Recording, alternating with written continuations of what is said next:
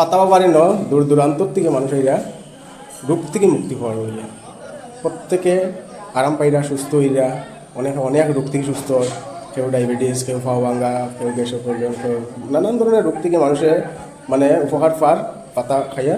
দেখো হসপিটাল থেকে রুগী ডাইরেক্ট বেডো করে লিয়ে আইসো, তোমরা দেখতে পাইলে পাতা পারি না।